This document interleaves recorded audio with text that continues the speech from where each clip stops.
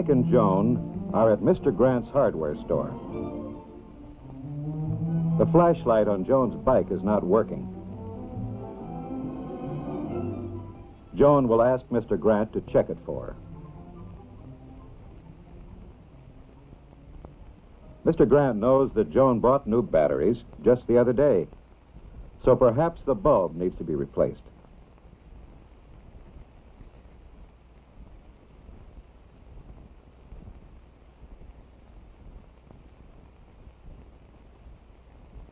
There. Now it's working. But why didn't it work before? What's wrong with the old bulb? Let's look at it very closely. The little wire right here is broken. And that's why the flashlight didn't work. That's interesting. How does a little piece of wire make the bulb light? Could Mr. Grant explain that? Yes, he can. He has some simple equipment that he put together last year to explain electricity to his own son. Now he'll show it to Frank and Joan. First, he tells them about the kind of battery he's using. This battery, just like the flashlight batteries, is safe to handle because it produces only a small amount of electricity. But the electricity that we use in our homes is not safe for us to handle for experiments. Mr. Grant has the battery and wire so arranged that electricity can flow in a complete pathway from one battery post through the wires back to the other battery post. But is the pathway complete? Not quite. Now Mr. Grant will use another little piece of wire that will complete the path. There, the wire is connected. Is the pathway complete? How can we tell? Mr. Grant asks Frank to shield the light. Now in the shadow, we can see that the little wire is glowing red. This shows that electricity is flowing through the wire.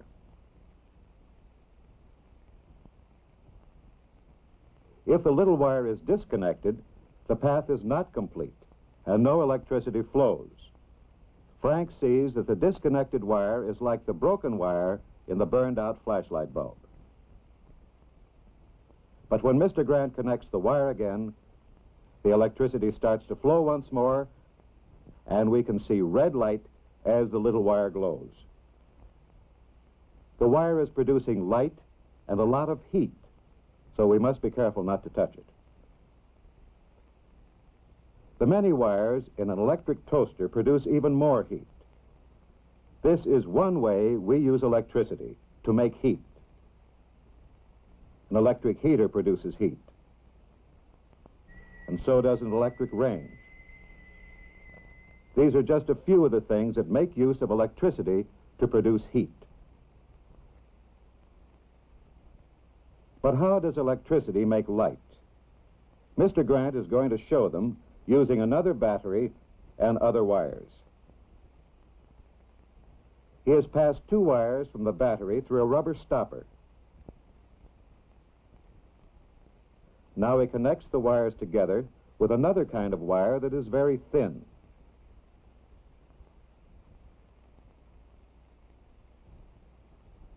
He then slips the wires and stopper into a bottle. It's a homemade light bulb. As soon as the battery is connected to make a complete path for the electricity, the wire begins to glow. But the glowing wire burns out quickly in the homemade light bulb. That was interesting. Can we see the wire produce light again? We'll use another piece of thin wire. Once again, the wire glows, but quickly burns out. In the flashlight bulb, the glowing wire burns a long time, just as it does in an ordinary lamp. That's because the air has been removed from within the glass bulb. Special thin wire is used which does not melt, but continues to glow with a bright light.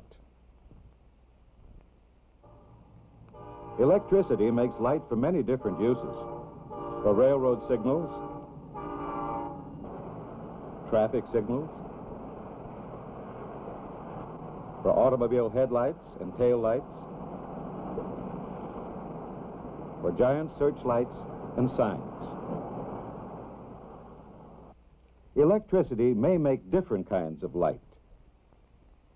Neon lights give off colored light. These fluorescent lamps give off very white light. In fluorescent and neon lamps, there is no wire that glows. Instead of flowing through a wire, electricity flows through gas in the tubes. Mr. Grant tells Frank and Joan that so far they've seen that electricity can make light and that it can make heat. Now Mr. Grant is going to try something else. He's wound some wire around a nail.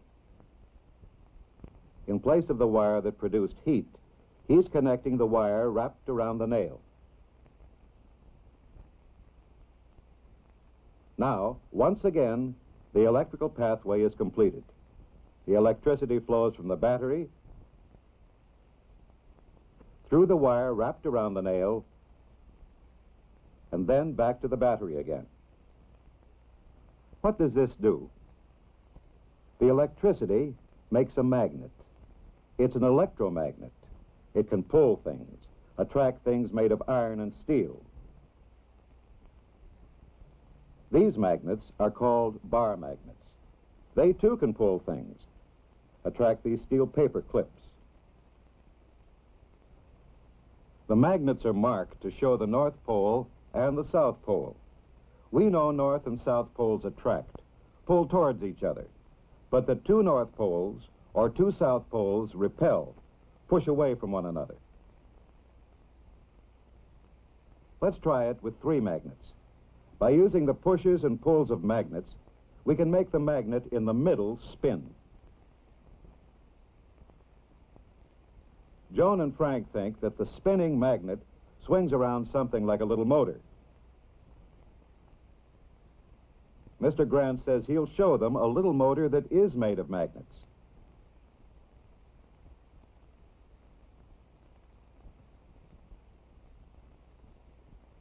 Instead of 3 bar magnets, it uses 3 electromagnets. Each is made of a nail wrapped with wire.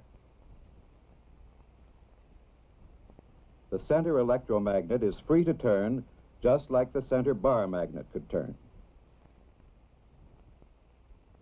As soon as Frank completes the pathway, the motor begins to turn. Here electricity is producing motion, this turning motion, using the pulls and pushes of magnetism. The little motor can do little jobs. It can turn a paper fan.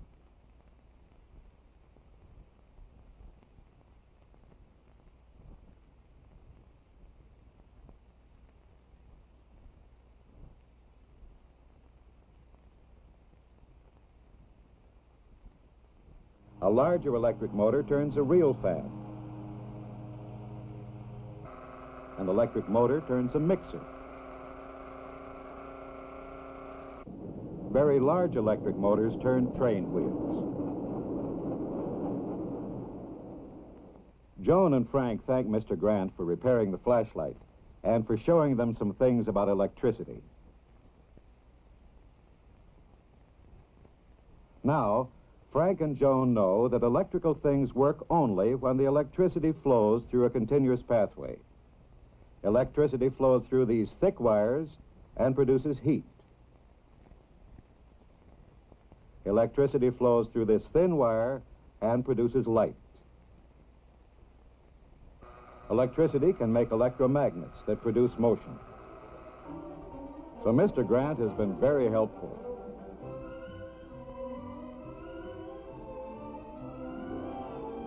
Both Frank and Joan have learned some things about electricity and about some of the ways it can be put to work for us.